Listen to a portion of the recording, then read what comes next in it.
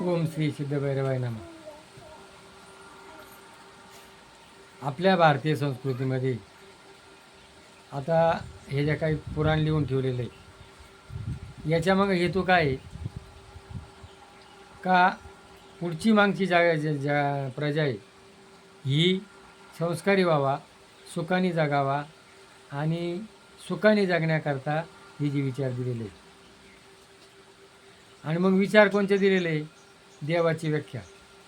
आता सगुण भक्ती आणि निर्गुण भक्ती. सगुण म्हणजे मूर्तीत देव दाखवला. देव किती दाखवले? 33 कोटी देव. आणि निर्गुण, आज काही समाज निर्गुण काय धन्य निरंकारी मुस्लिम समाज ही मूर्तीत देव मानती नाही, ते निर्गुण निराकार भक्ती मानतात. आणि मग सगुण भक्ती जर चुकी झाली चालती, पण निर्गुण भक्ती चुकी होत नाही.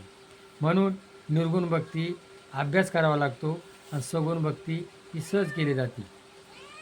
मग देव कुठे? आपल्या हृदयात आहे. आपल्यातला जेव्हा देव जातो लोक काय म्हणतात? त्याच्यातला राम गेला, मग त्याला उचला. आता देव आपल्या हृदयात आहे. बघा, सूर्य आहे. आतापर्यंत जगामध्ये काहीच फुकट नाही, पण सूर्य जर नसला तुम्ही जगाल का? सूर्याची किरणं जेव्हा अंगाला मिळतात तेव्हा जीवनसत्व मिळतं. आपण काही खाल्यानंतर शरीर चालतं, पण सूर्याचं जे ऊन आहे वनस्पतीला पोषक आहे आणि माणसाला प्राणीमात्रेला पोषक आहे. हवा बघा, हवेचं कोणी काय बिल दिलं का? पृथ्वीवर आपण खोदतो, संडास करतो, लघवी करतो, ती आपला राग करते का? हवा, पाणी, सूर्याच्या उष्णतेनं पाण्याची वाफ होती, त्याला खालून हवा लागती आणि पाणी पडतो. पाणी कोण आहे? जीवन आहे. माणसाच्या शरीरामध्ये किती पाणी? 70%. आणि 30% इतर अवयव आहे. मग पाणी नसलं तर वनस्पती जगती नाही. पाणी हे जीवन आहे. म्हणजे हा देह जे आहे हा कोणाचा आहे? पंचमहाभूताचा आहे. आणि मग काही लोक म्हणतात खाली पाताळ आहे, वर स्वर्ग आहे. म्हणजे एक काल्पनिक कथा आहे. पहिलीच्या मुलाला काय केलं जातं? ककरोतीचा, खखानाचा, आणि मग आगगाडीचा, आणि मग तो ज्यावेळेला 10वी मॅट्रिकच्या पुढे जातो त्याला ते शिक्षण जातं. म्हणजे त्यावेळच्या समाजाला ते सांगितलेले. पण आजच्या समाजामध्ये देवाची व्याख्या, देव आपल्या हृदयात आहे, निसर्गात आहे, प्राणीमात्र आहे. प्रत्येक प्राण्याला वाटतं काय? जगावा. आणि मग लोक देवाला काय काय करतात? बकरं कापतात, कोंबडे कापतात. मान्य आहे का? आणि जर खरं म्हणलं तर माणसाचं जीवन आहे ना, माणसाचं आतडं कसं आहे? उभं आहे, प्राण्याचं आडवं आहे. माणसाचं आतड्याची लांबी किती? 22 फूट. प्राण्याची किती आहे? ज्याला सुळे दाते जिभेनं पाणी जाऊन पितात 6 फुटाची. त्यांच्या शरीरात आम्ल जास्त आहे आणि ते खालेलं मांस त्यांना पचलं जातं, आपलं पचत नाही. म्हणजे माणसाचा हा मांसाहार नाही आहे. पण त्यावेळेला अन्न नव्हतं, अज्ञान लोक होते, त्यावेळेला मेलेले प्राणी खायचे, भुजून खाऊ लागले, आता मसाला टाकून खातात. म्हणजे माणसाचा आहार हा नाही आहे. मग विज्ञान युगामध्ये काय सांगायची गरज आहे का? आणि मग जर म्हटलं तर हत्ती काय करतात? लाकडं खातात.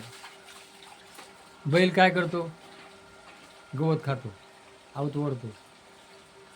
आणि आपण काय करतो? मटण. म्हणून आपला आहार नाही येतो. जगा आणि जगू द्या, प्राण्यावर दया करा, निसर्ग पाणी मात्रात आहे. आणि मग आपल्या आईबापाची सेवा करा. आपण जर आपल्या आईबापाची सेवा केली तर आपली करते. आपल्या घरात कोण करतो? आपल्या मुलाचं लग्न करतो. कशा करता? आपली सून आणि आपला मुलगा वंशाला दिवा. कशा करता? आपण ज्या वेळेला वयस्कर होऊ त्यावेळेला आपल्याला त्यांनी सांभाळ केला पाहिजे. आपल्या अंगात रक्त आहे, तरुण आहे, तोवर आपण काम करतो, कष्ट करतो. आणि आपण जेव्हा वयस्कर होऊ तेव्हा काम होत नाही. म्हणजे त्या दोघांनी आपल्याला सांभाळलं पाहिजे. पण घरात ज्या वेळेला मुलगी येते बाहेरची, तिला संस्कार नसतात आणि मग ती काय करते, यांना अडचण दूर करा आणि ते म्हातारी घरामध्ये काय करतात, हुकुमशाही करतात. आणि मग ती आपली कोण आहे, मुलगी. तिला जर आपण मुलगी समजलं आणि नाही त्याला जर आपण आपल्या आईवडील क्षणित आहे, या आपल्या आईवडील आहे, घरात देर असतो, आपला भाऊ असतो आणि आपल्या आईवडिलांची आपण सेवा केली, सासू सासऱ्यांची केली, नवरा कोण आहे, परमेश्वर आहे. आणि हे जर केलं, आपल्या कुटुंबामध्ये आपले मुलं बाळं वागतील, जगा आणि जगू द्या. आज ही भारतीय संस्कृती हीच आहे, पण आज काय झालेलं आहे, पाश्चात्य संस्कृती, मी आणि माझं भरलं म्हणजे बस, मला कोणाचं नको आहे. आणि मग संघ काय आणलं होतं, काहीच नाही, नेणार आहे काही नाही. हे जर जाण ठेवली काय, तर आपली भारतीय संस्कृतीमध्ये आपल्याला विचारधारा तयार होईल आणि आपण सुखानं जगू. मग सुखालागी जरी करशील तळमळ, काय करशील तळमळे, प्रत्येक माणसाला मी सुखी व्हावा. सुखी होण्याकरता जी विचारधारा आहे, जी वागणूक आहे, ही आपण पाश्चात्य घेतलेली आहे आणि मग आपल्या जगाचा विध्वंस झालेला आहे आणि आपला कारणीभूत कोण आहे, आपणच आहे. म्हणून हे विचारधारा, ही गीता, भागवत, ज्ञानेश्वरी, दासबोध हे आपल्याला दिलेले आणि आपण त्याच्यापासून काय करू, दूर झालेलो आहे. आणि इंटरटेनमेंटमध्ये आपण काय करतो, जे नको आहे ते पाहतो. मुलाबाळांना चांगले विचार आवडते नाही. म्हणून मनोमार्गे गेला तेथे मुकला हरिपाठी ठेवा तो जन्म. स्वतःच्या मनानं वागला ना, तो संपला. जो शास्त्राच्या आधाराला धरून वागला, मुलगी असो का मुलं, त्याच्या जीवनात कल्याण झाल्याशिवाय राहणार नाही. आज जगामध्ये काय आहे, गरिबी राहिली नाही. पूर्वी खायला अन्न नव्हतं, अंगाला कपडा नव्हता.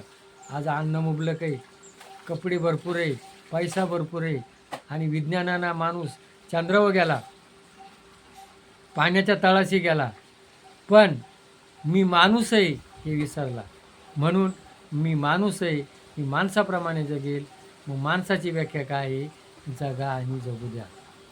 आज पशु जे आहे ना, पशु ते काय आहे, पाप पुण्य जाणती, पण पशु आहे ना, त्यांच्या नियमानं वागतात, ते ऋतुनियमानं वागतात, ऋतूच्या नियमाप्रमाणे वागलेले. आणि आज निसर्गाचाही बदल झालेला आहे, माणूस बदलला. हिवाळा, उन्हाळा, पावसाळा. आज हिवाळा, उन्हाळा, पावसाळा हे ऋतू राहिले नाही, केव्हाही उन्हाळा आणि केव्हाही पावसाळा. आणि मग निसर्गाचा समतोल बिघडला, माणूस बदलला, निसर्ग बदलला. म्हणून निसर्ग सांभाळ करा, नीतीनं वागा, नीतीनं जगा आणि आपले जे विचार आहे हे जगाला सांगा. ही विचारधारा सांगण्याकरता साधू संत आले, आजही आहेत. काही संत जे आहेत ते काय, संत तुका म्हणे पोटासाठी ढोंग, ते कैसा पांडुरंग. आज काही नाही, यांनी काय पोट भरायला साधनं केलेले. ज्ञान सांगतात, पण ज्ञान स्वतः वागून दुसऱ्याला सांगणं महत्त्वाचं आहे. हे फक्त जगाला सांगतात आणि लोक काय करतात, त्याचा मोठ्यापणा करून त्याला पैसे देतात. नळी फुंकली सोनारे, इकडून तिकडून गेले वारे. तो बोलतो, पैसे घेतो, निघून जातो, लोकांना त्याचा काही फरक पडत नाही. म्हणून आपला गुरु कोण आहे, आपणच आहे. आपुले आपण करा सोडवणं, संसार बंधन तोडावं गे. ही विचारधारा आपण घ्या, दुसऱ्याला सांगा. जीव तोडून सांगतो आणि याला क्लिक करा हा व्हिडिओ आणि याला सदस्य व्हा, तर आपल्याला सांगायला अजून महत्त्व होईल. जय भैरवनाथ महाराज की जय.